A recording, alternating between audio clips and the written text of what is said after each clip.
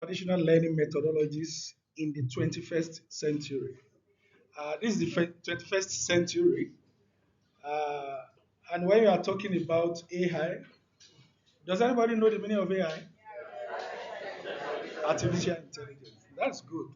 Yeah, when you are talking about intelligence, okay, let me just throw this teaser. Who is intelligent here? Only few people. Don't worry, I'm not going to give you something. Now, everybody is intelligent. Eh? Even if they ask you your name and you can answer, you are intelligent. Now, we have natural intelligence, meaning that as God creates you, as you develop yourself, you can deal with some issues. Then we have artificial intelligence. Artificial intelligence just means that something that is not natural is not God that created it, but it's as intelligent as human being can deal with issues. Now,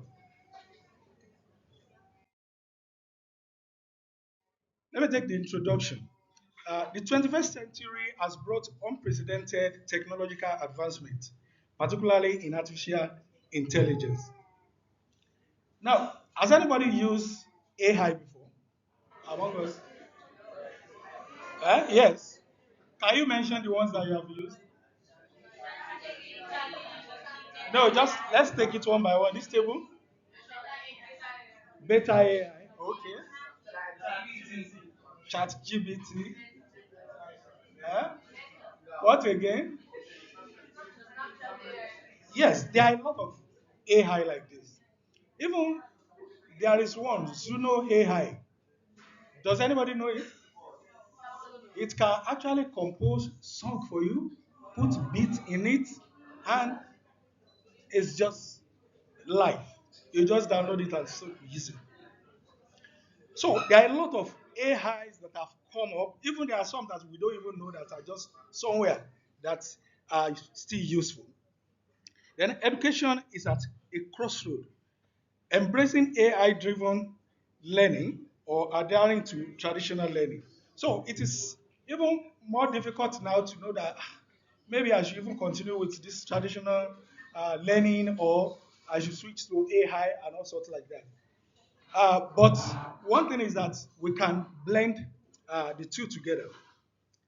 This presentation explores the opportunities and dangers uh, approaches to AI and the traditional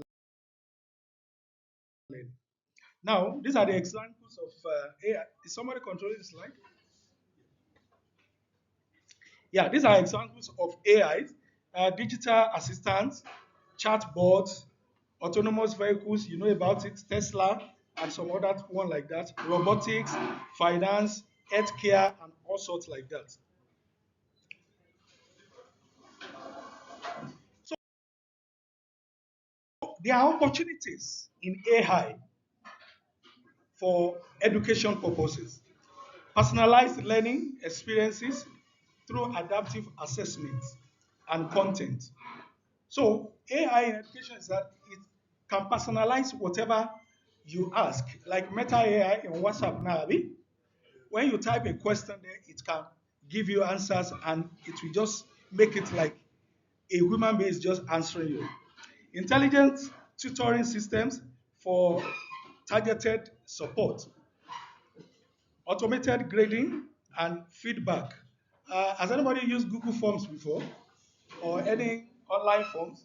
There are some that you can even use for quiz. You can set your answers there. Once you pick, and you submit like this, it will give you your grading system. So there's nobody that uh, somebody doesn't understand what I wrote.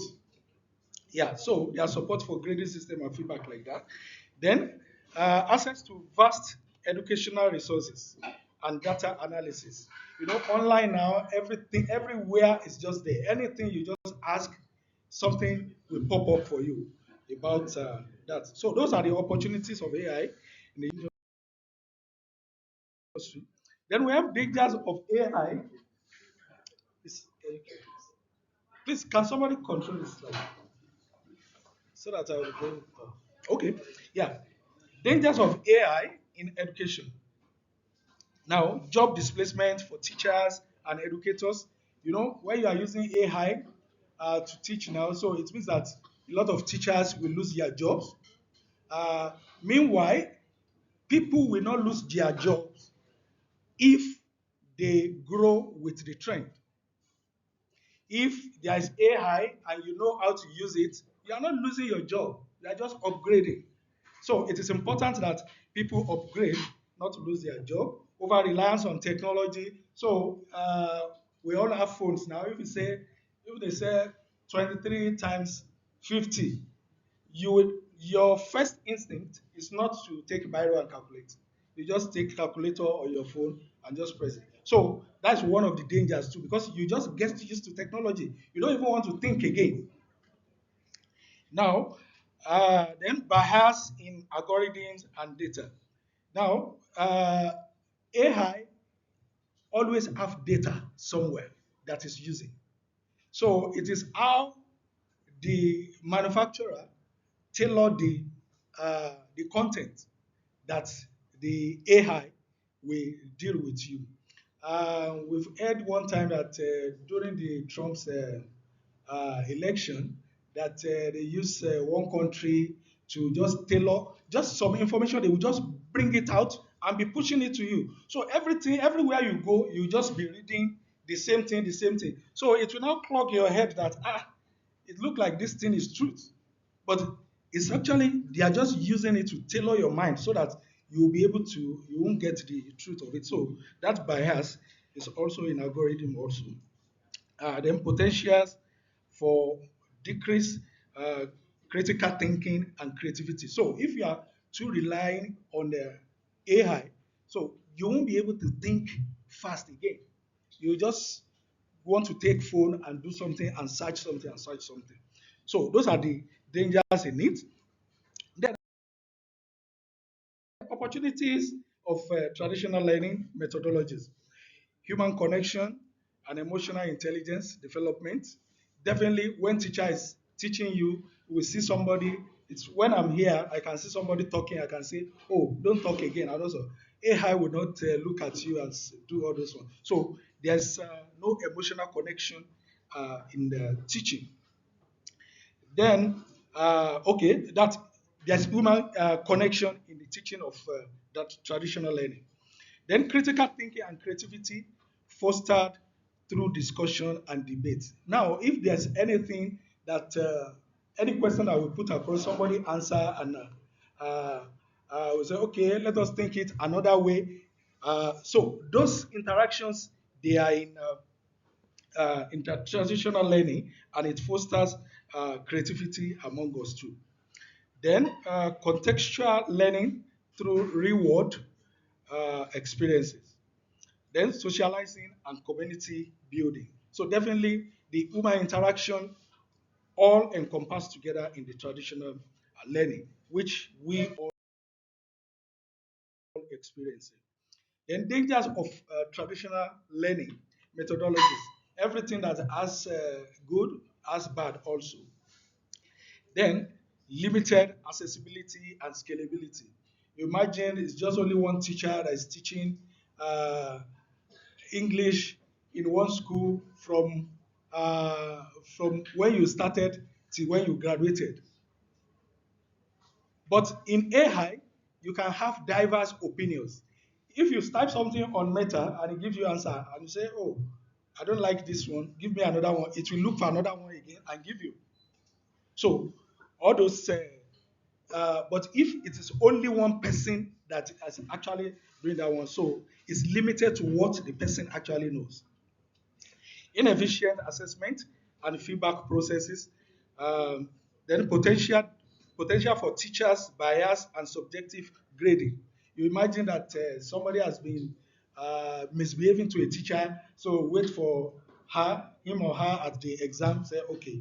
So when you see the scrub sheet, they say, so this boy is the one that has been doing like this. I won't do this one, or even didn't read it. So they are biased like that too through uh, traditional learning system. inability to cater for to deliver in styles also is part of it. Then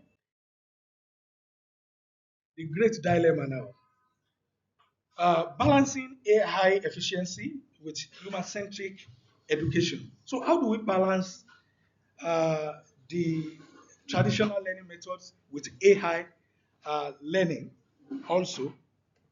So that's one of the dilemma that we have to handle. Integrating technology without sacrificing emotional intelligence and social skills. Now, how do we integrate technology that we will not take our emotional intelligence out of the whole thing? It's a dilemma also. Ensuring equity and accessibility in education. Then, potential solutions that we have that we can use to actually address this dilemma. Blended learning models combining AI and human instruction.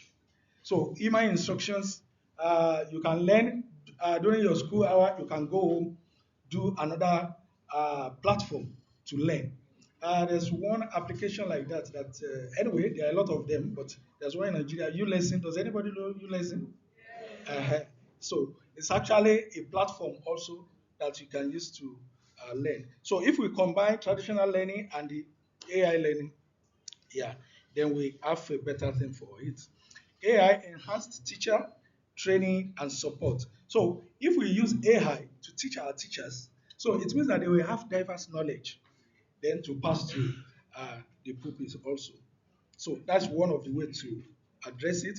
Inclusive AI design and development. So when AI is being developed, you can say that most of this AI, they are not developed in our country.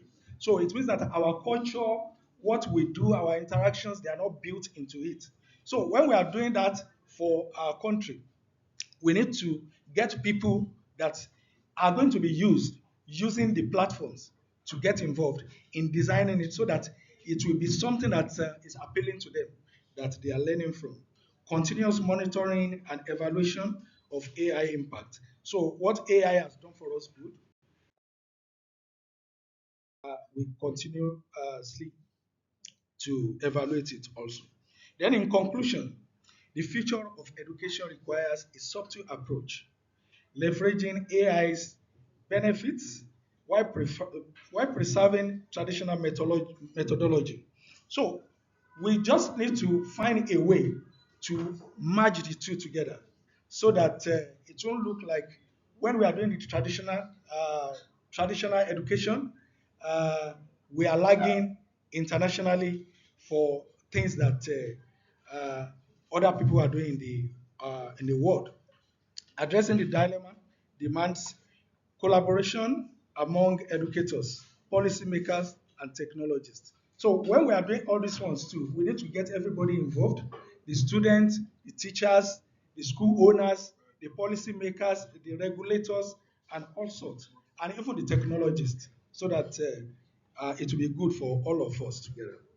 By embracing this challenge, we can create a more inclusive, effective, and compassionate education system. Now, call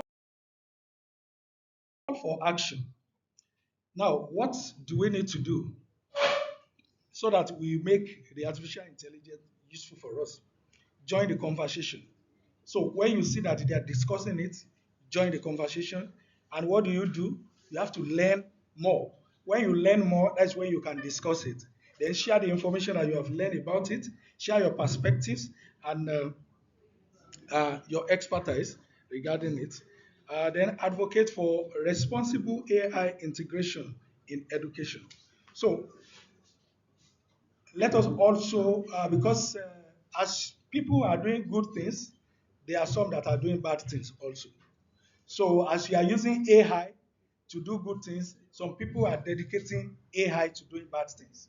So we should always advocate for um, responsible use of AI integration, then support research and development of inclusive, human-centered, and solutions. Okay. Final thoughts. The greatest dilemma is also the greatest opportunity. So when you have problem, that's best time to get more solutions because you need to solve the problem before you can go ahead. So don't let us see the dilemma of it as a stop, but it's an opportunity for us to actually find solutions to it. Together, we can shape the world.